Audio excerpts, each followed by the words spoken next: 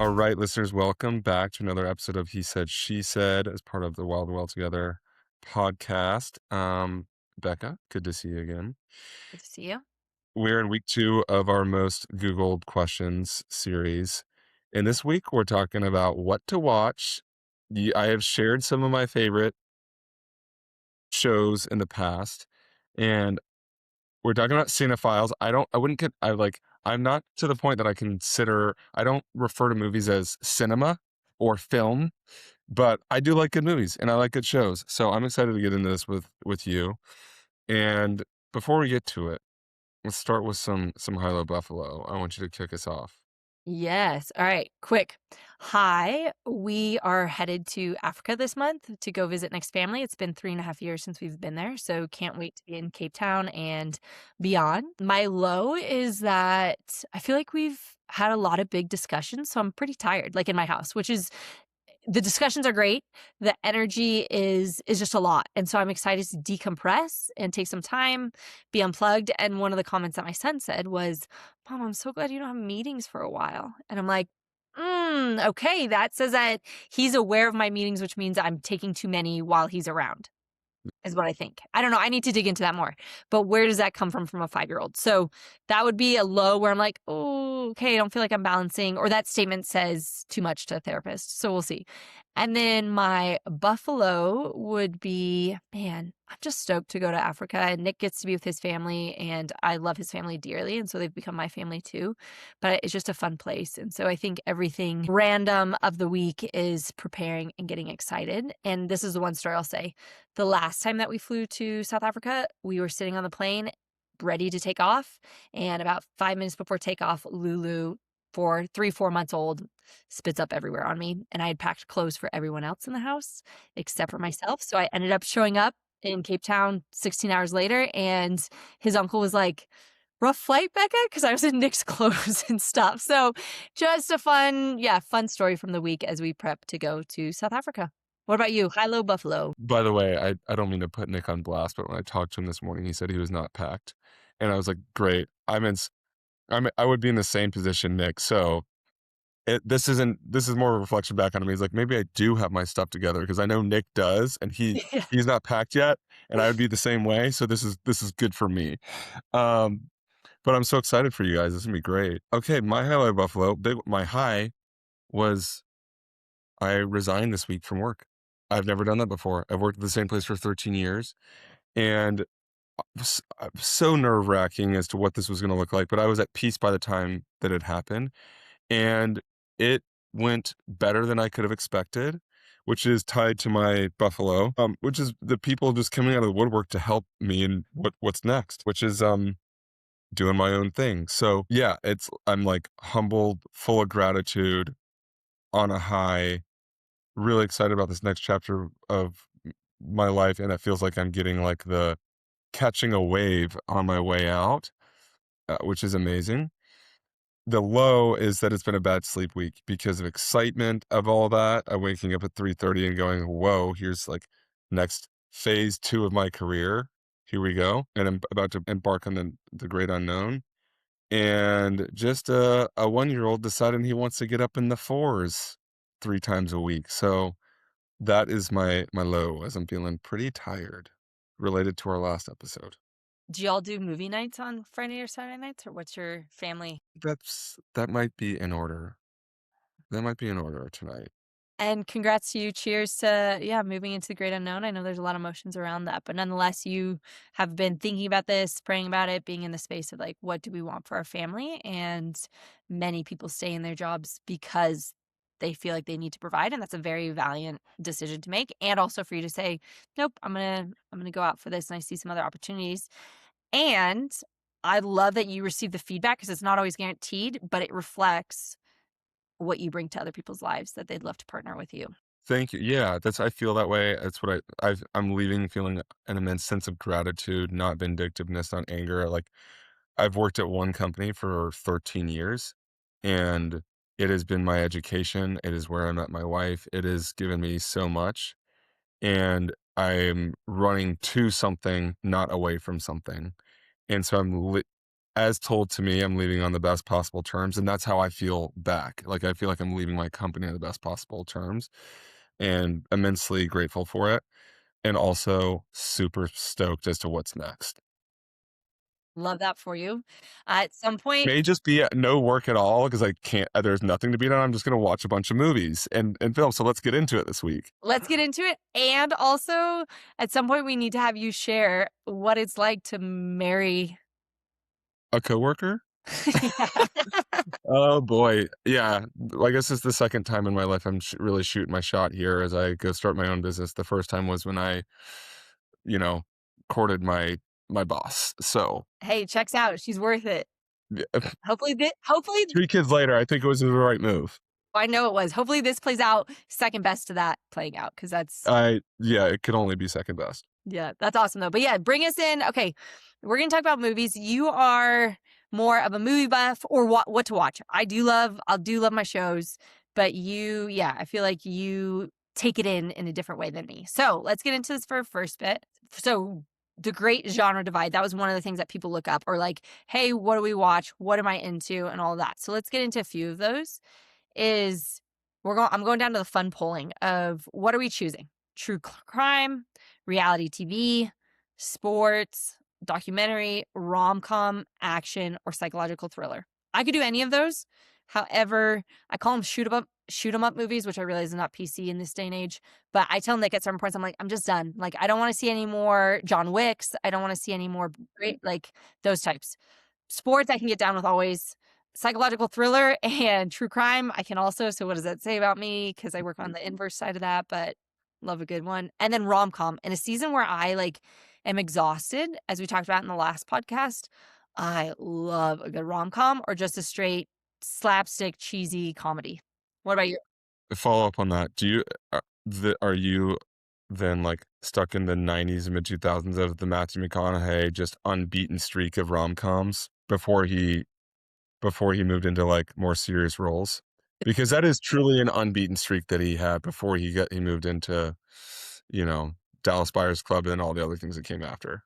And I love Matthew McConaughey, okay? I would sing his Who praises. doesn't? Oh, that voice, everything. And my husband does too, so it's a win for us. But yes, the short answer is yes. Yes, that era. Yes. And here's the other thing. I think it's because it's nostalgic for me too. And we've talked about this in previous podcasts too, is in a world of so many decisions, so many choices, so much harshness and all that. I'm like, just take me to a season where I can just really love what's happening. Heath Ledger's another one, like 10 Things I Hate About You, or just different ones I can just go back to. And I'm like, I love Matthew McConaughey in this one, or Heath Ledger in that one, or even like, yeah, some old school Will Smith. Like, there's just different ones where I'm like, yeah, my brain goes to those places. So thanks for asking. Just just take me to a place where the guy gets the gal and turns out they do understand each other and they're happily ever after. Oh, yes. I love those tropes. Love those tropes. I don't care actually what the trope is. Just make sure we love love and they need to end up together. Got it. Alright. Even the Notebook, Nicholas Sparks, even. Wow. Yeah, okay. That's going deep into that one. I mean, I'm not a big rom-com guy. Oh, I'm not but a you're a romantic guy I think Mira would have to answer that. and funny. Like, I mean, yeah, but not like hmm, I don't know. I need to be told that, like, I I I don't know the answer to that. A discussion for another day. Okay, discussion for another day. Yeah. But, like, my reality TV, you know how I am here. I've got 2, Great British Bake Off. and, Bake Off. Now, I will say, a subset of reality TV is competition shows, and of which but actually both of those are. Yeah, they both are. Most reality TV shows are, but I'm referencing the, Kevin Hart Funny AF on Netflix. Really liked it. Very good. Very cool premise to put an unknown comedian, like, thrust them into the spotlight, and, like, I think it's awesome what he's done to put people on a much bigger platform. So, been watching that recently, and I really like that.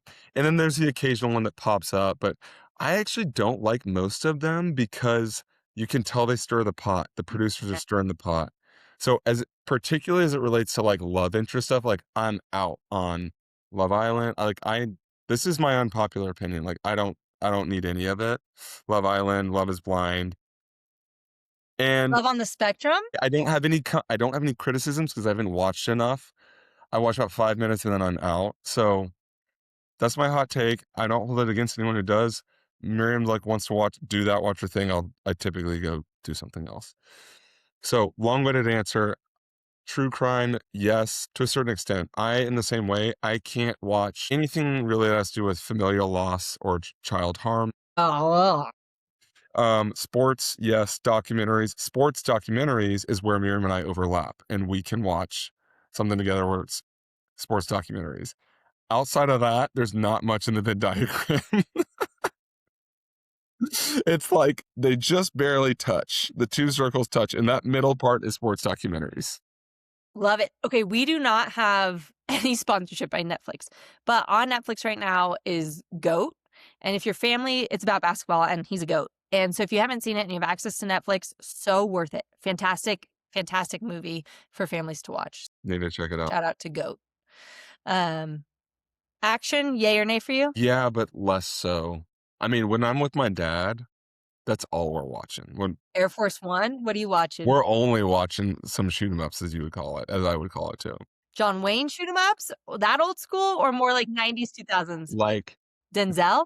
I need something that's like spy related, spy or military related. I knew I loved But my Mark. dad is like really likes the spy content. Yeah. Oh man, I love a CIA guy that's out on the limb, out in the wilderness on his own and fights his way out of it.